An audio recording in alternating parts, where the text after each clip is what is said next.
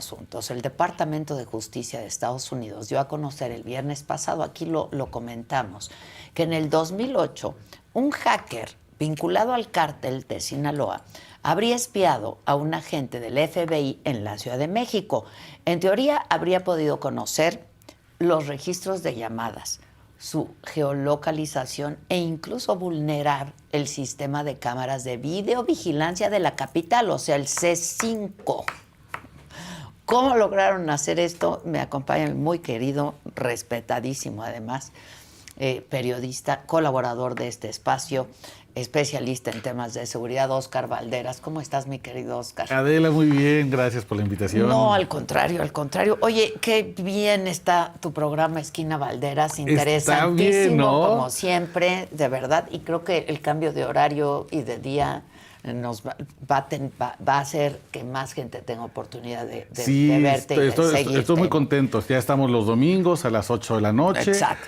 Ya entrevistamos a un cocinero de fentanilo, fentanilo. ¿sí? Ya hablamos con un integrante de un grupo secreto que se dedicaba Esa a fue la de detener- ayer, esa fue la de ayer. interesantísima la Buenísima, historia buenísima. también, ¿no? Fíjate, mucha gente seguramente del auditorio no sabía que existía un grupo secreto llamado el Artículo Cuarto. Entre ellos yo. No, pues Está claro, buenísimo. ¿no? Ya entrevistamos ya a un académico, ya entrevistamos también, y bueno, vamos a Alguien que se la sabe de los hackeos de todas, exactamente. ¿no? Sí. Y no sabes, en la lista tenemos un marino, un traficante de armas, un tal. Ahí vamos.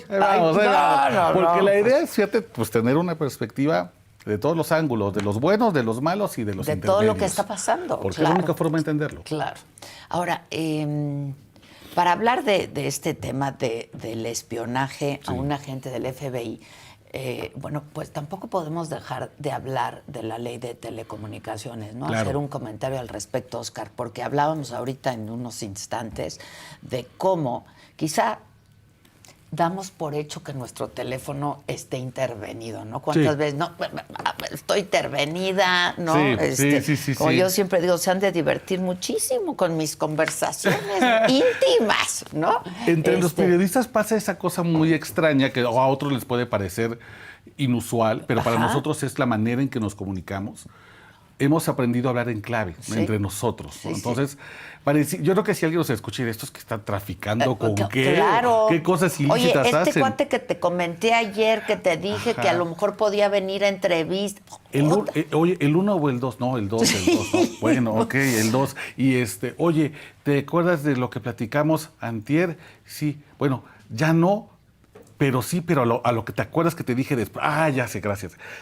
Así hemos aprendido a hablar. Y así hablamos. Incluso hasta contra nuestras conversaciones personales, ¿no? Así, completamente. Hablamos así periodistas, hablamos así los defensores de derechos humanos, los activistas, los informantes, porque damos por sentado que nos están escuchando. No tenemos que tener la certeza de que llegue un analista y nos diga, sí, te están escuchando. La realidad es que la probabilidad de que tu teléfono sea intervenido y el mío son altísimas. Sí. Y es algo, Adela, que lamentablemente hemos normalizado en este país. Yo te comentaba. Es absolutamente ilegal. Claro, y además no puedes vivir con esta zozobra. Yo a la gente que más quiero, mis familiares, a mis amigos, yo los tengo guardados con otros nombres. Y aprendes a conversar, incluso hasta cosas, es lo que decíamos, la ida al súper, o dónde te vas a mover, dónde nos quedamos de ver el domingo. Te veo ahí, ¿no? Donde nos vimos ayer. Yo tengo, ya les digo, domicilio conocido 1, 2 y 3, esto ya saben, domicilio conocido en 2. Ah, ok, y parecía que hablo como policía, pero es que hacia ahí ha ido lamentablemente el tema de la intervención del Estado, ¿no? Ahora, yo te decía, por ejemplo, quizá por la naturaleza del oficio, de nuestra profesión, ¿no? Porque hablamos pues con todo tipo de gente, ¿no? Porque la verdad, en nuestro oficio, que seas bueno o malo no es una consideración, ¿no? Claro. El atractivo periodístico está en otro lado, no en si eres bueno o malo, ¿no? Y hablamos con un montón de gente, con un montón de gente. Entonces, bueno, quizá dices, bueno, por la naturaleza del oficio. Pero ahora resulta que cualquier ciudadano va a correr la misma suerte. Claro. ¿No? Y ahora, nada nos garantiza que la persona que esté detrás de esa vigilancia realmente lo esté haciendo con un afán de cuidado. La historia que acaban de dar a conocer, y esto es terrible, Estados Unidos de vuelta es quien pone el acento en un acto ilícito en México y dice, a ustedes mexicanos nadie les dijo, pero en 2018 el cártel de Sinaloa se metió utilizando hackers al sistema del C5, los ojos de las autoridades en la Ciudad de México, y los dirigió a la Embajada de Estados Unidos. Y desde ahí buscaba a un informante y con quien se reunía para poder asesinarlos e influir en el juicio contra Joaquín El Chapo Guzmán. Sí, sí. Algo muy parecido que pasó en el juicio del Menchito. ¿Recordarás? El hijo de Nemesio Ceguera Cervantes, que fue recientemente sentenciado a cadena perpetua en Estados Unidos. Y también, de vuelta, nos enteramos por Estados Unidos que el cártel Jalisco Nueva Generación intervino, ahora sí, las comunicaciones en Estados Unidos. Sí, sí. Imagínate el poder que tienen estos hackers. Lo supimos por Estados Unidos. Por Estados Unidos. Espiaron y lograron encontrar que el suboficial Jaime Morales, que fue el hombre que tú te recordarás en el auditorio, que se quemó medio rostro en el operativo de Villa Purificación del 2015, él seguía trabajando, ya retirado, ya evidentemente con todas las series que tenía, ya había sido dado de baja y tenía una pensión por parte de las autoridades de México, fue asesinado justamente 10 años después de haber sobrevivido al ataque de Villa Purificación, que ordenó el Menchito, asesinado por el hijo de Nemesio Ceguera Cervantes, y llegaron a él, sabían dónde estaba, su rutina, dónde salía, cuándo estaba más vulnerable, justamente porque el crimen organizado tiene estos hackers de última generación, que son quienes ya están encontrando todas las fallas a este tipo de aparatos. Que ya los quisiera el gobierno. Que ya los quisiera el gobierno. O el ejército, o la marina. Por más que el ejército, la marina, la policía, Harfuch, la presidenta, y por más que ellos nos digan, confíen en nosotros, de verdad, les guardamos los datos. Sí. La realidad es que no tenemos ninguna evidencia para nosotros poder confiar que efectivamente ninguna así van a ser. garantía, pues sí, ya lo vimos. Ahora, ¿cómo puede ser que un hacker del cártel de Sinaloa se haya metido al C5?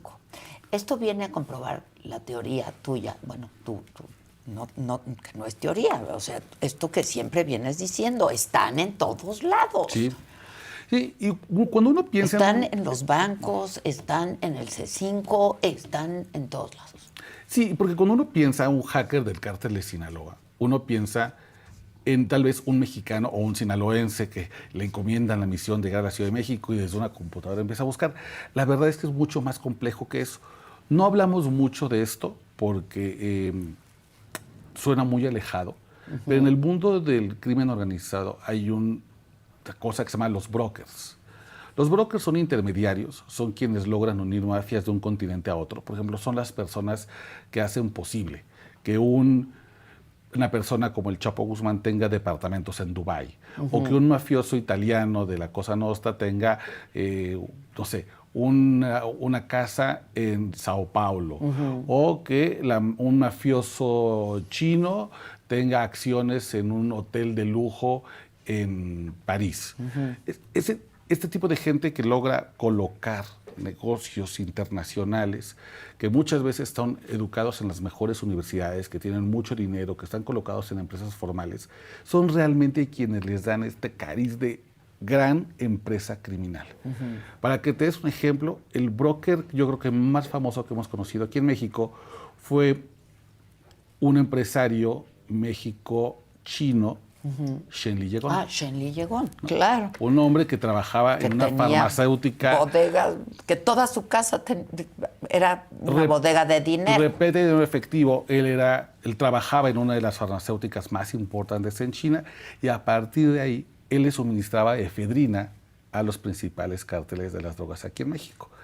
Y gracias a que él sabía español, chino, inglés, tenía muy buenos contactos, era un hombre que se podía pasear perfectamente en los pasillos del poder, que además tenía una vida aparentemente perfecta, una esposa con un matrimonio perfecto, un hombre honorable. Pues es que podía conectar a estos grandes empresas, la empresa criminal del cártel con la empresa criminal de la farmacéutica que le suministraba, ¿no? Transnacional. Exacto. Por eso de repente mucha gente dice, pero ¿cómo puede ser, por ejemplo, alguien que creció con muy poca educación formal en Nueva Italia, Michoacán, y ser el rey de la efedrina en México? Bueno, pues porque en realidad la corona la tienen los brokers. Ellos son realmente el poder detrás del poder, y hablamos muy poco de ellos porque son desconocidos. Hay un tipo que le llaman el FOR, que es como el broker más importante del mundo del crimen organizado, es un turco. Nadie sabe cómo es, nadie sabe realmente si sigue vivo o muerto. Otras películas de espías de James Bond que sí existen y que son quienes mueven los hilos del crimen organizado. Seguramente el cártel de Sinaloa acude a un broker, muy probablemente fuera de México, y le encomienda, ¿sabes qué? Necesito que te vengas con tu equipo, te voy a contratar, digamos, freelance, para que vengas a hacer esta chamba. Necesito que te metas a este sistema de videovigilancia de la Ciudad de México. Necesito que estas cámaras que apuntan hacia la embajada sean las que registres los metadatos, te los quedes, empieces a dar un seguimiento, porque ese es el trabajo que se está encomendando. Esta gente vale millones. Pues claro. Esto es un conocimiento técnico, Adela, del primer nivel, que como tú dices, ya lo quisieran de asesores muchos gobiernos, muchas empresas transnacionales. Hacen el trabajo, se les paga por un buen trabajo y después se retiran. Por eso es muy complejo de repente después llegar a quiénes eran estos hackers. Porque esta es una información de 2018 y el hacker no vive aquí, no es un sinaloense. Muy probablemente sea un tipo que viene de otros países, que viene con su propio equipo y que termina su misión y se retira después de haber cobrado una la nota. El freelance del crimen organizado de primer nivel. ¿O tienen a alguien adentro del C5? Ah, bueno, eso lo damos por claro, descontado. Eso ya está, o sea, ya metido en el presupuesto. No, claro, alguien de adentro tiene que haber contado. Ahora, ¿en qué momento se dio esto? Esto se dio en el gobierno de Enrique Peña Nieto, cuando la narrativa en la ciudad era que aquí no había crimen organizado. Esta narrativa cambia en 2018, ya Claudia Sheinbaum, ya como jefa de gobierno, dice, no, sí tenemos, ¿cómo no? Y desde ese diagnóstico tenemos que empezar a pensar que la ciudad tiene crimen organizado bien asentado. Pero estamos hablando de los años en el que la narrativa era completamente distinta. No hay carteles, ¿no? No hay carteles. Aquí no hay carteles. Y entonces, si no hay carteles, pues no hay quien se nos meta al sistema. O el propio director del C5, Salvador Chiprés, ya salió a reaccionar ante la noticia, es decir, pues nosotros no tenemos aviso, registro de que se nos hayan metido hasta la cocina, pero eso no significa que no haya pasado, porque en aquellos años la tendencia era a ocultar justamente este tipo de cosas. Ahora, eso porque tocó en administraciones pasadas, pero ¿qué precauciones toman ahora? ¿O quién garantiza que eso no pueda volver a ocurrir? Bueno, en 2019, ya con Andrés Manuel López Obrador, digamos, Sí. ya la 4T ya plenamente en el poder, se supo que había varios periodistas, activistas, que habían sido espiados por Pegasus. Sí, claro. Aparato de vigilancia, de espía, que solamente se supone que se vendía a gobiernos bajo la condición de que únicamente se utilizara para el combate al crimen organizado y al terrorismo, ¿no? Bueno, este uso de 2019, hoy ya lo tenemos acreditado, justamente gracias a organizaciones como Artículo 19 y otras más, que fue utilizado no por el gobierno mexicano, por el cártel de Sinaloa y el cártel Jalisco Nueva Generación. Ellos tenían contraseñas para operar desde sus computadoras Pegasus. No. Sí es de película. Es que es peligrosísimo. Entonces, Adela, cuando uno empieza a juntar las piezas y dice, híjole, pues tomaron posesión del C5, usan Pegasus, hasta el FBI con el juicio del Menchito. Y híjole, pues nos están pidiendo de verdad un salto de fe. Quieren que les entreguemos todo, pero con los antecedentes de que no saben cuidar esos datos.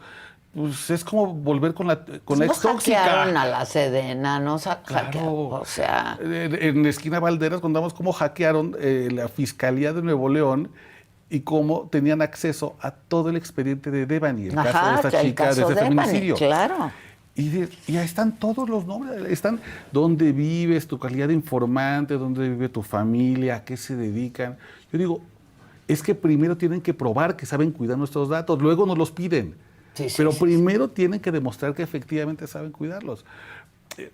Yo lo invito, perdón que sea la autorreferencia, pero el programa de Esquina Valderas con Ignacio Villaseñor, de verdad, es muy preocupante porque una de mis primeras preguntas le pregunté, ¿tú realmente me puedes asegurar que mis datos personales no están ahorita en Internet? Y se empieza a reír y me dice, no, compadre, pues claro que están todos están ahí, todos están a la venta. Y además, Adela, lo peor es que cuando se trata, por ejemplo, de hackear un C5, Ciudad de México, sí es un operativo para el crimen organizado costoso, porque hay que traer gente y sofisticado. Pero en algunas ocasiones, hackear la base de datos del IMSS y luego la revenden en 7 pesos, 5 pesos. Lo hemos visto. Y no estoy exagerando, pues. Literalmente 5 pesos, 7 pesos por persona. En Tepito venden las USBs con los datos del INE. Entonces, si tú ya cambiaste tu dirección y ya la actualizaste, ya me mudé, ya vivo en tal lugar, ya todo el mundo sabe dónde vives.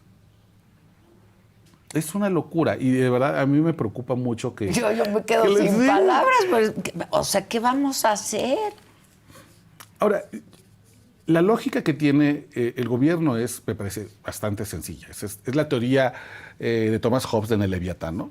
Todo mundo en esta sociedad tenemos que ceder algo de libertades a cambio de tener seguridad. Sí, esa es la lógica detrás de lo que están haciendo. ¿No? A ver, yo necesito que tú cedas a tu libertad. Tú no puedes andar asaltando un banco porque necesitas dinero. Necesitamos reglas en esta sociedad para poder jugar todo y estar relativamente bien. Entonces, como no te voy a dejar hacer, entonces los bancos van a tener policías armados adentro y vamos a tener que verificar tus datos cada vez que hagas una transacción. Y bueno, claro, pierdes libertades, pero uno entiende que está cediendo algo a cambio de seguridad. Sí, pero este no es el caso. Hemos cedido demasiado. El problema es que hemos cedido demasiado. Y los gobiernos autoritarios utilizan este recurso cada vez más. El caso, por ejemplo, de Bukele, que él sí hizo la venta dura. Vamos a tener un estado de excepción por 2 años. Sus garantías individuales quedan completamente anuladas. Juicio, debido proceso, que eso no existe. Hazte para allá. En 6 meses revisamos, mientras se pasan 6 meses. Derechos humanos, nada. A ver, a cambio de entregarte una sociedad más segura. Y habrá quienes digan, estoy dispuesto a correr ese riesgo. Estoy dispuesto a correr a que mi hermano sea encarcelado, que se pueda meter a mi casa, que escuchen mis conversaciones. Pero creo que por la génesis de este país, yo creo que ya nos han pedido demasiado. Hemos ido perdiendo cada vez más sus resultados y sin la garantía de que esta vez sí les vaya a funcionar.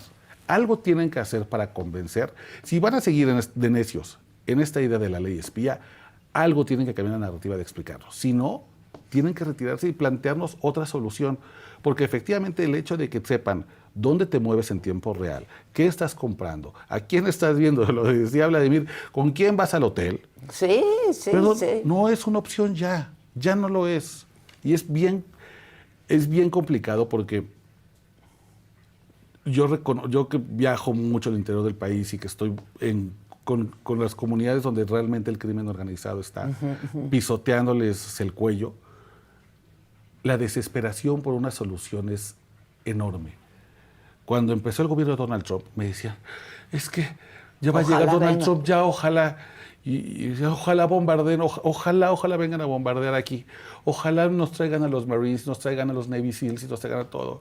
Y te juro que en muchas ocasiones, seguramente en regiones, por ejemplo, como el desierto de Caborca, que le llaman el tercer mundo, el Sari, Caltar, esa zona tomada prácticamente por el crimen organizado, seguro que si les dicen, pero es que van a revisar tu teléfono, háganlo, lo que sea, mira, claro. Porque yo no puedo vivir en esta zozobra, claro. Pero no es la solución. Claro, y es tramposo, ¿no? Exacto, y es acudir a la desesperación o aprovecharte de esa desesperación para plantearle una solución que ya vimos que además no funciona. Es vieja, esta es una receta vieja y huele rancia. Claro. Y nuestros datos van a llegar muy probablemente a quienes no tendrían que llegar, que de por sí ya llegan, claro, ¿no? Número 1. Y número 2, se va a hacer un uso excesivo de esto, ¿no? Claro. No puede ser por fe. Ya nos prometieron que no los van a usar, no nos van a espiar, pero si quieren sí nos van a... Pues no, Fíjate, yo hace poquito, hace como unos 4 o 5 meses, descubrieron que en Celaya había un C5 del crimen organizado. Y esto ha pasado prácticamente en todo el país. Pasó en Reynosa, pasó en Ciudad Victoria, pasó en Celaya, pasó en Acapulco, pasó en Mazatlán, que de repente llega la gente de CFE a los postes de luz y ¡ay! Una cámara. Y ¡ay! Sí tenemos suficientes antecedentes para saber que al crimen organizado le interesa muchísimo tener posesión de las cámaras de vigilancia. Esto lo hemos aprendido ya. En Torreón lo hicieron cuando estaba la pelea muy dura en 2010 entre los Zetas y los Chapos. Tomaron posesión de las cámaras de vigilancia. Y el problema a mí me preocupa mucho porque la tendencia natural de que las ciudades contraten cámaras de vigilancia es que cada vez sean utilizadas con inteligencia artificial. Entonces, por ejemplo, lo que ya están vendiendo, si tú vas a la Expo Seguridad, que se pone en el World Trade Center, en el Centro Banamex, que además está muy, muy claro que son exposiciones que no están tanto para soluciones para domicilios particulares, sino más bien para empresas y gobiernos. Más seguridad pública. Exacto. Estas cámaras, por ejemplo, ya las que están vendiendo, les están diciendo, alcalde, venga a ver estas cámaras porque le van a gustar mucho. Tienen ya inteligencia artificial para reconocer rostros. Ya incluso con cubrebocas pueden identificar quién eres tú. Y pueden hacerlo incluso si estás dentro de un vehículo. Así de fina ya es esta tecnología. Sí, pero el crimen organizado tiene más dinero para adquirirlas que el alcalde. Es un broncón. Pero además imagínate que el crimen organizado tenga la capacidad de únicamente con pasear el lente saber, es periodista, es juez, es policía. O estoy buscando en la ciudad por dónde se está moviendo esta persona que es mi objeto de interés. Y entonces, cuando todas las cámaras se ponen de acuerdo, de repente te sales, ahí está Adela, saliendo del supermercado. Es una tecnología que compró el Estado, que compró el gobierno, y que hoy no tenemos ninguna garantía de que el cártel pueda tomarlo. Ya lo han hecho muchas veces. ¿Por qué no lo haría? ¿Por qué no? Y además lo han demostrado. Tienen mucho interés en las cámaras de vigilancia de gobierno o en montar las suyas. ¿No pasó esto en Culiacán? ¿También? Que fueron a quitar unas cámaras porque eran del cartel. Sí, claro. De Sinaloa. Y entonces, y tenían su propio... Pues, sí, tenían su C2, ahí tenían todos los aparatos. Entonces dices, tienes estos antecedentes de que el crimen organizado sí quiere sus ojos. Va a poner además los suyos propios. Tiene una capacidad increíble de hacerlo. Y mira, la respuesta del propio director del C5 hoy me preocupa. Porque además dice, nosotros no tenemos ningún aviso ni notificación. Pues entonces, ¿cuántas veces se habrán metido ya? ¡Claro! Y ustedes no supieron. A mí me encantaría... Sin registro, sí, sin notificación. Es peor. Si con ese comunicado intentabas calmar a la sociedad, a mí me parece terrible todavía. Yo quisiera que hubiera dicho, sí, lo notamos y de inmediato operamos para sacar a cualquier intruso y limpiar nuestro... Es más, nosotros le avisamos Exacto, a Estados Unidos. Ándale, nosotros avisamos, oigan, cuidado, porque ya los descubrimos. Pero dice, no tenemos ningún aviso de intrusión y no lo hemos tenido. Pues ¿cuántas veces se te metieron a la casa, compadre? Y no lo sabes. Sí.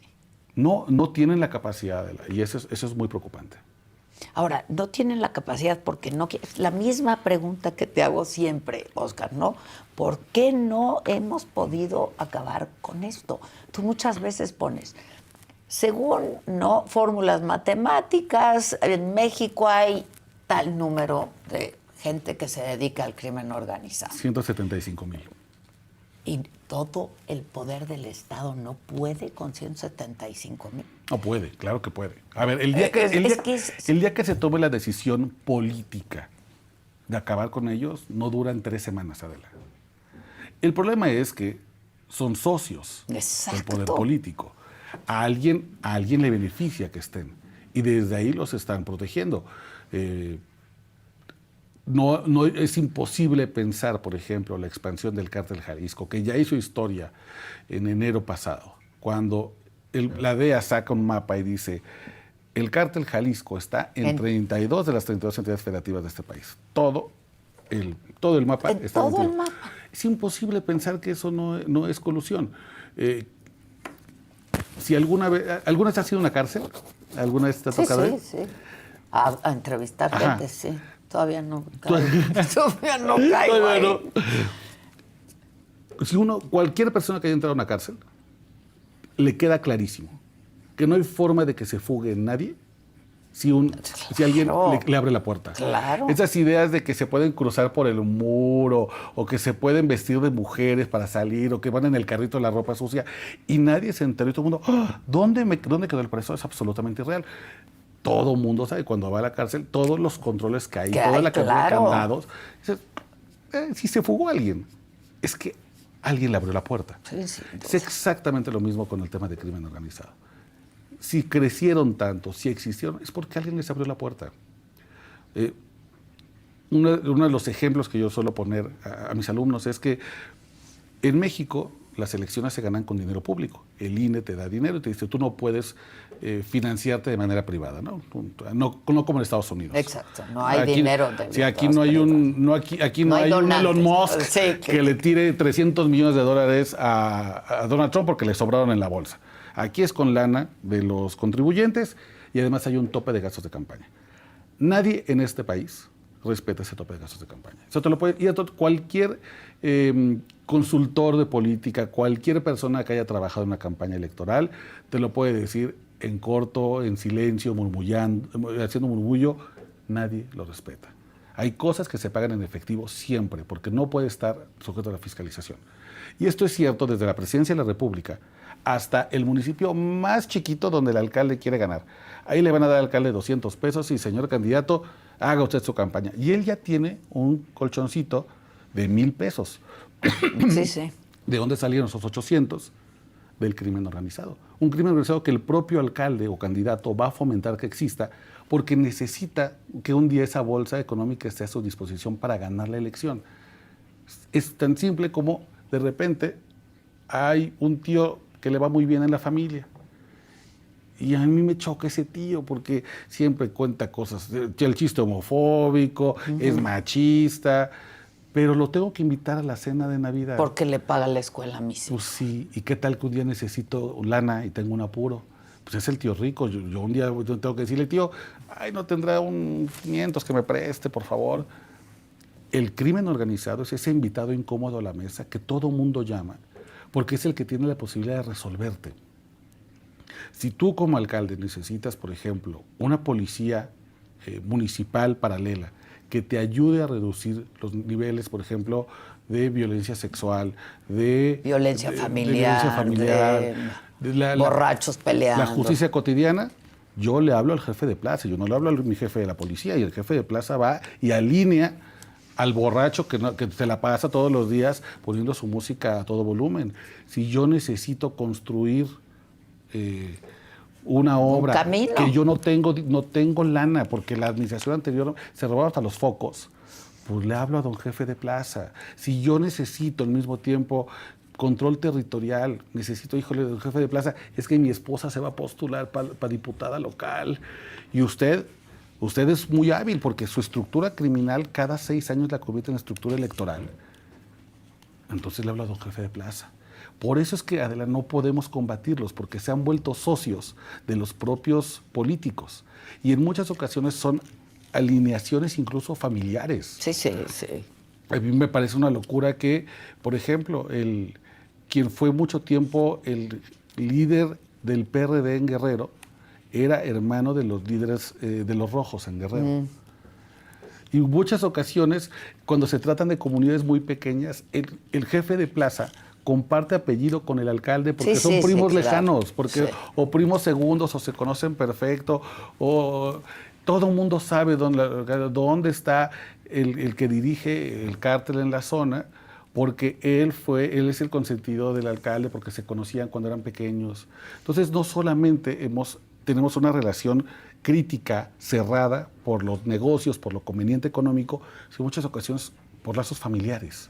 Entonces, es muy complejo desde ahí tratar de desarticularlo. Y ya cuando estás en lo macro, cuando ya estás en un cártel de Sinaloa que le va a apostar a meterte al C5, ya estás hablando de una gran cantidad de dinero que seguramente va a parar a manos de policías corruptos que están facilitando los accesos al C5. Hay muchos policías que venden contraseñas, que venden los accesos, yo meto la tarjeta SIM y hago como que no veo.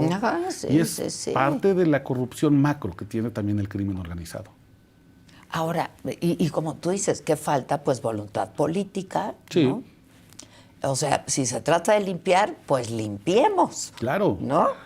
Tú te acordarás que, a ver, el Mocha Orejas, Sí. él fue durante mucho tiempo el referente del crimen organizado malo, en el que todo mundo tenía Había terror, ¿no? Terror porque pues había la referencia, ¿no? Claro. El Mocha Orejas, todo el mundo. El Mocha Orejas comete un error gravísimo, que es que deja de atacar únicamente familias mexicanas y se dedica a atacar familias españolas, principalmente que tenían licoreras. Cuando él hace ese cambio, porque ve que los empresarios españoles tienen más dinero, pueden pagar más el rescate, se mete con una comunidad bien organizada en México. Y entonces esta comunidad va con el que era uno de los políticos más poderosos en España, el mayor Oreja, fíjate, así se apellidaba, una cosa muy rara de nombre. Sí.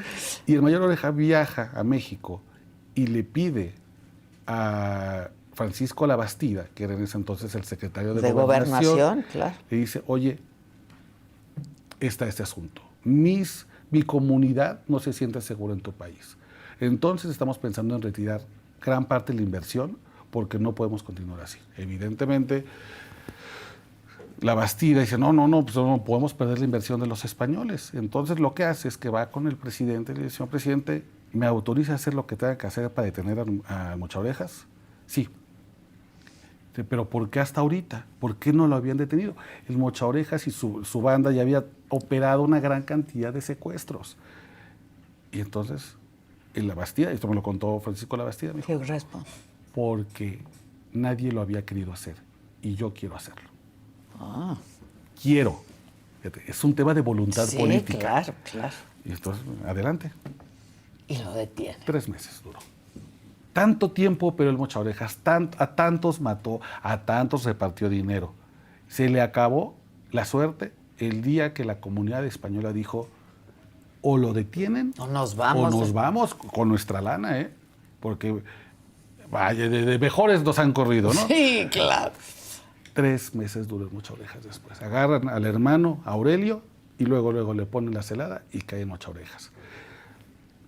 Bueno, Mocha Orejas tiene los componentes del crimen organizado.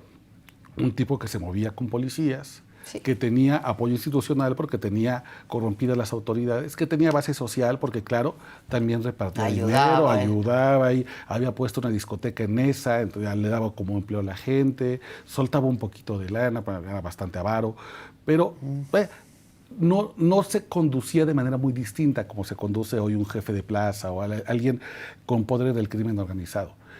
La decisión es que llegue alguien y diga, se le acabó la suerte, compadre, ya está. ¿Por qué lo vas a detener? Porque quiero, porque ya se le acabó el tiempo. Pero mientras no tengamos esas decisiones, y son decisiones que además no puede tomar ya una sola persona, tiene que tomarse en una alineación con el alcalde, con el secretario de Seguridad Estatal, con el gobernador o la gobernadora. Cuando se alineen, va a pasar. Mientras no, estamos condenados todavía a seguir discutiendo si los agarramos o no, y si para agarrarlos necesitamos primero vulnerarnos a nosotros. Sí, no, es increíble. O sea, 50 años atrás del narcotraficante más célebre, ¿no? Sí. Y no lo podían detener. O sea, neta. Claro. Cuando se fuga el Chapo, hace la segunda fuga, y Enrique Peña Nieto, el presidente... La de Almoloy, ajá. Dijo, toda la carne al asador.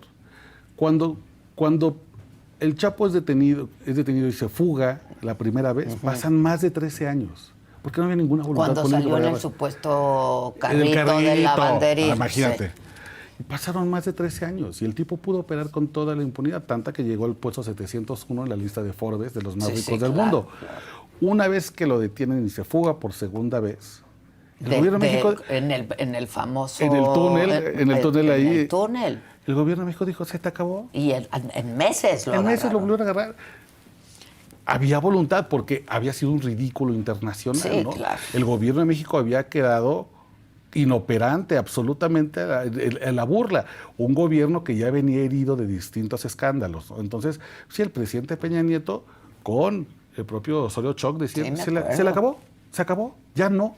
El sistema de protección al Chapo se acabó cuando él decidió irse por ese túnel. Y lo agarraron en meses.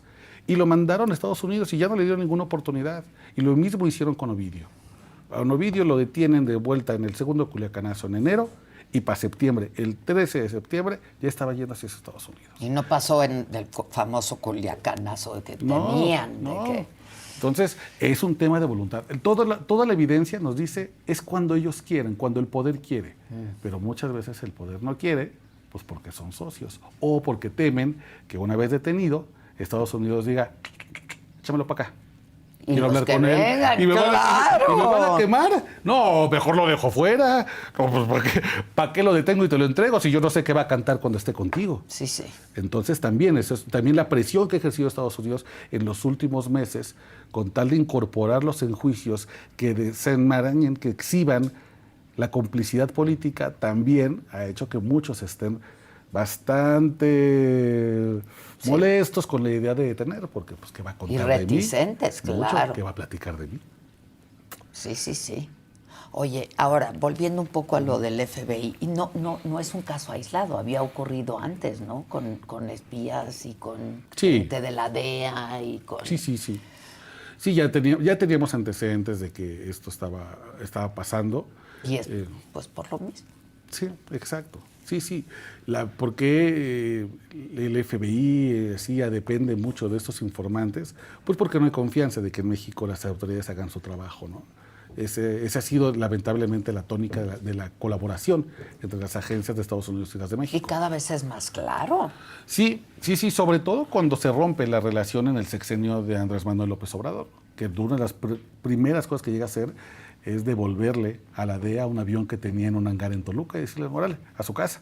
Ya no los quiero, no se va a permitir más operaciones encubiertas. Sí, lo hizo López encubiertas. Obrador, aquí no. Y se rompe por completo cuando, ¿te acuerdas? Detienen al general Salvador Cienfuegos. Sí, claro. El ejército hace una presión durísima a Marcelo Ebrard para que lo regresen a México. Y Marcelo Ebrard dice, tráiganmelo, lo regresen.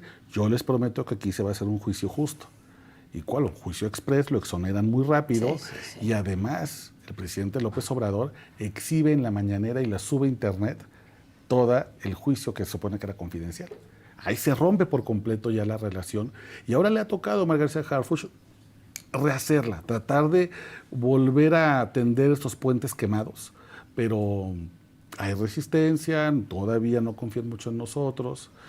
Entonces, bueno, claro. pues por eso seguimos viendo que el FBI, la DEA, todavía sigue operando aquí en México, porque no tienen ninguna confianza de que aquí las autoridades hagan su Y más de chamba. lo que no nos enteramos que están haciendo aquí en México, ¿no? O sea, que Estados Unidos opera aquí en México en ese sentido. Digo, yo no sabía, fíjate, Adela, que en México opera la Policía Federal de Australia. No tenía idea.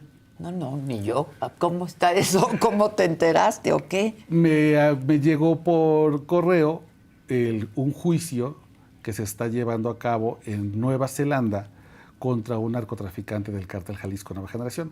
Es una historia increíble de un par de narcotraficantes en Nueva Zelanda, que pues, es uno de los países más seguros del mundo, pero al mismo tiempo donde más metanfetamina se consume per cápita, porque hay mucho dinero y la gente puede comprar a precios muy altos la metanfetamina, así que el cártel Jalisco le tomó mucho interés en ese país.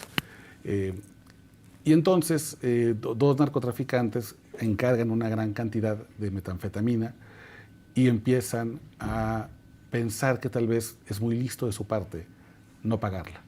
Desaparece, defraudan al cártel Jalisco. Bueno. No hagas eso, por favor, pero bueno, se les ocurre y en algunas llamadas de inteligencia que el propio gobierno tenía ya las tenía muy intervenidos, muy registrados, se dan cuenta que estos par de babosos pensaban, oye, ¿y si recibimos el cargamento y simplemente desaparecemos?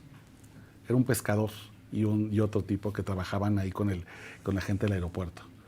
Y cuando las autoridades de Nueva Zelanda se dan cuenta que el plan está en marcha y que le van a robar más toneladas al cártel Jalisco, dicen, no, tenemos que intervenir, porque si se consolida el fraude, se nos van a venir y aquí se vuelve un baño de sangre. Sí, No, claro. no podemos permitir que El estos país dos más seguro, babosos... de los países más seguros. Imagínate colgados ahí, Sí, no, te imaginas. Descabezados. Entonces dijo no, y entonces intervienen y detienen a estos dos narcotraficantes antes de que pudieran hacer el encargo de la metanfetamina, ya los detienen, y ahorita hay un juicio contra ellos justamente por su alineación con el cártel Jalisco Nueva Generación.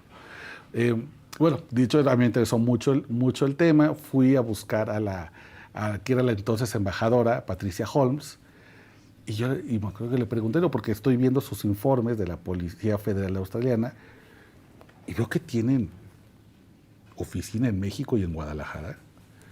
Y me dice, sí, nosotros mantenemos colaboración y tenemos agentes encubiertos en México. No me digas. No grabado, lo tengo grabado, y así, la embajadora Patricia Holmes.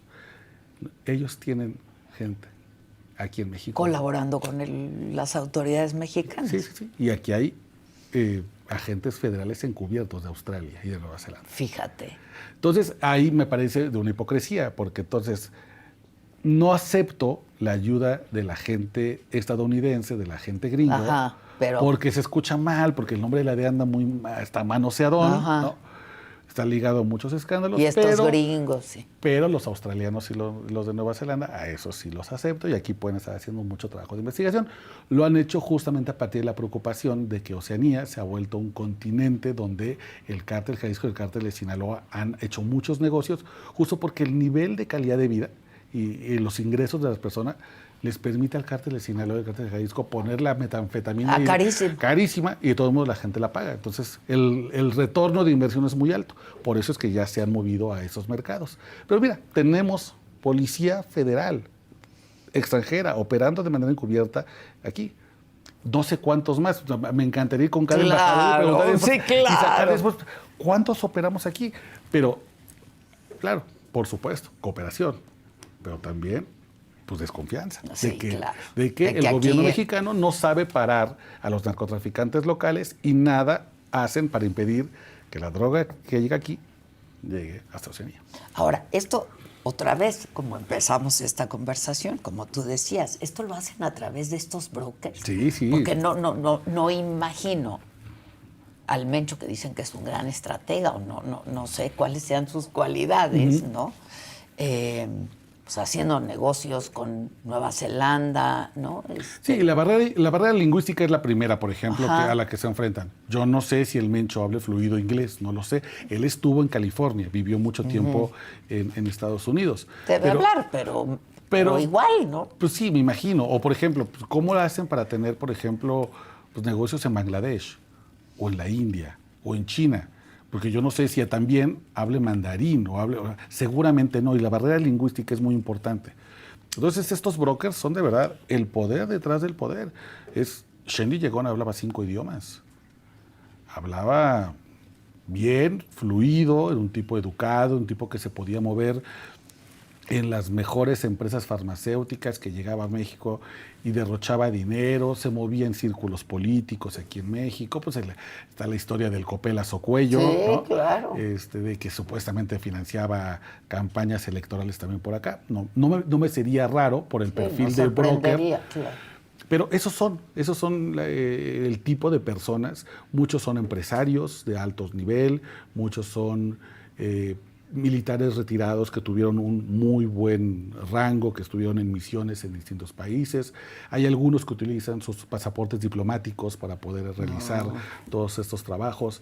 Hay poca literatura sobre los brokers, pero me parece a mí una parte muy interesante, porque son quienes facultan este tipo de negocios transnacionales, que son finalmente los que hacen que el cártel sea realmente poderoso. Si solamente controlas Tierra Caliente, sí, pues, claro, no te vas a poder, ¿verdad? Pero si llegas a los Balcanes, si estás en Europa, si estás en África, te vuelves una empresa multimillonaria y cada vez de más difícil alcance, ¿no? Y además, gran parte de lo que hacen los cárteles mexicanos es que, a la par de cómo van creciendo, su propaganda tiene que ver con la violencia, ¿no? Es decir, nosotros no somos la mafia italiana, que tenía códigos que yo insisto que nunca han tenido. No somos no sé. O los narcos de antes, Ajá. ¿no? Los narcotraficantes mexicanos de antes, que había Claro. ciertos códigos y... O no soy un grupo terrorista que persigue una ideología. A mí, lo mío es la lana. Hacer mucha lana en el menor tiempo posible. ¿Y cómo lo hago? Bueno, compito con otros grupos criminales en México y en el mundo a través del ejercicio de la violencia. A ver quién es más violento, ¿no? Yo me acuerdo que platicaba con Fatyana, se me fue el primer nombre, pero ella es directora de todo el tema de criminalidad en los Balcanes del Observatorio Internacional del Crimen Organizado.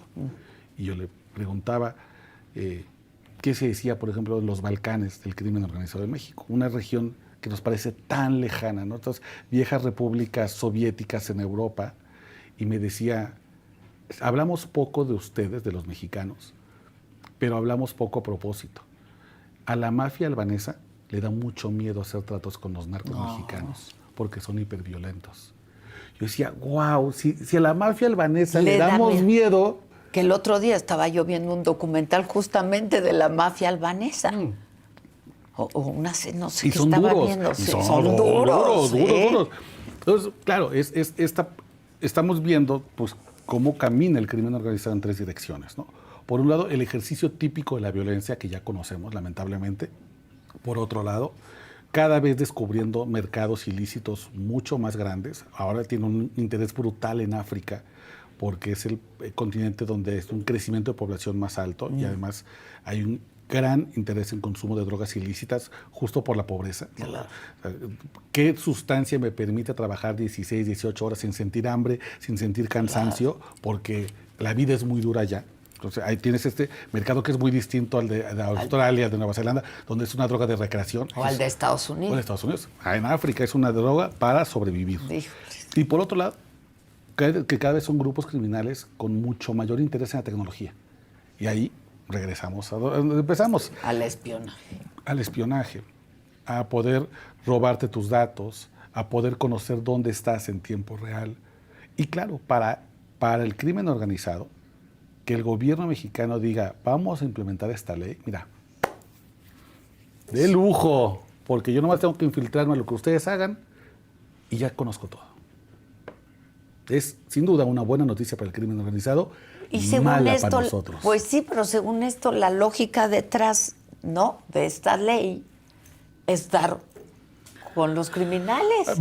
Me encantaría creer que así es, Adela. Pero primero tienen que demostrarnos que saben cuidar nuestros datos. Y lo que sabemos, la historia reciente, es que desde que empezaron a hablarse de hackers, de cibervigilancia, de seguridad digital, en realidad lo hablamos siempre cuando encontramos una brecha que nos dice que nuestros datos no están bien resguardados. Yo no recuerdo la última vez que leí una noticia que reconocen a México por la seguridad de los datos biométricos de los ciudadanos. Por lo general, cuando escuchamos de ese tema ya violaron tal, sí, claro. Tal fiscalía, ya se pusieron a la venta tales datos, ya encontraron a tal periodista asesinado lo estaban espiando desde hace 5 meses.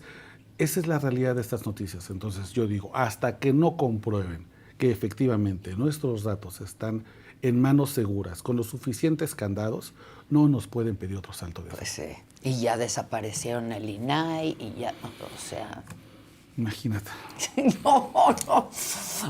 Está dura la cosa, está complicado. Está complicada, muy complicada. Oye, y el tema del huachicol, ¿no? Que han desarticulado redes de ayer huachicol. Justo nos daban. Ayer Omar hablaba de eso. Ahí ¿Es voluntad otra vez? Sí, de vuelta, cuando uno ve la cantidad de vehículos, de pipas, es imposible que eso se haga sin complicidad de las autoridades. Es imposible. Sí, justo le escuchaba que le preguntaban a Omar García Harfuch si él tenía alguna idea de cuánto de eso era trabajo institucional, ¿no? Cuánto era corrupción ahí por parte de autoridades. Y él decía, bueno, evidentemente tenemos que investigarlo, pero me queda claro que que hay una colusión importante. Lo mismo con esta refinería pirata que encontraron en Minatitlán, me parece, ¿no? Sí. Pues está ahí a unos kilómetros de Pajaritos, que es la instalación de Pemex. Por supuesto que alguien en Pemex estaba llevando una lanotototota por permitir la operación de de esta refinería Patito. Y ahora este golpe al Huachicol, pues sí, sin duda, es un golpe importante. Se trató de 6 meses de investigación en el que participaron prácticamente todas las áreas de seguridad, Marina, Ejército, Centro Nacional de Inteligencia, Fiscalía General de la República, Guardia Nacional. Me parece que esos son los golpes que hay que celebrar. Yo sí veo ahí una gran palomita para Omar García Harfuch, porque no son operativos sencillos, son operativos que además la prisa o las ganas de dar un resultado te pueden jugar muy en contra. Ser paciente es complejo. Yo lo pienso en términos de periodista, como cuando traes la nota. Sí, dices, ya la quieres soltar. La quiero soltar, me la van a ganar o lo que sea. Pero tengo que corroborar. Me tengo que esperar, tengo que hablar con tal, tengo que verificar que esto esté correcto, porque si me lanzo lo borras, pues en una de esas el que termina estrellado soy yo. Y creo que Omar y su equipo han hecho un buen trabajo de paciencia, de irle buscando. Pero como platicábamos un día, pues no. Digo, es un gran policía y me parece que hará un gran trabajo, pero pues no le alcanza. O sea... No, porque muchos gobernadores están completamente desconectados del tema de seguridad. Esa es una gran bronca en este país. Los gobernadores o los presidentes municipales se excusan de participar en el combate, no me toca a mí. A mí me toca el fuero común, a mí me toca el robo de coche, a mí me toca el fraude, me tocan a mí esas cosas. Todo lo federal le toca a la federación. Y no es cierto, es una lectura corta, cómoda y a veces corrupta. Porque la ley específicamente dice que las autoridades locales, municipales o estatales son coadyuvantes, es decir, comparten la misma responsabilidad que tiene la federación. Pero desde ahí no le quieren entrar. Y ese ha sido un gran problema. Ahora me parece que tienen pocos pretextos para no hacerlo. La mayoría de los estados en este momento, en este país, son gobernados por Morena. Sí, se supone que todos responden a la voluntad de la presidenta, lo mismo con Omar García Harfuch. Entonces ya no pueden decir que están los intereses poco alineados. Están en el mismo interés. Entonces no pueden hacerlo. Pero todavía, imagínate jugar con Rubén Rocha Moya.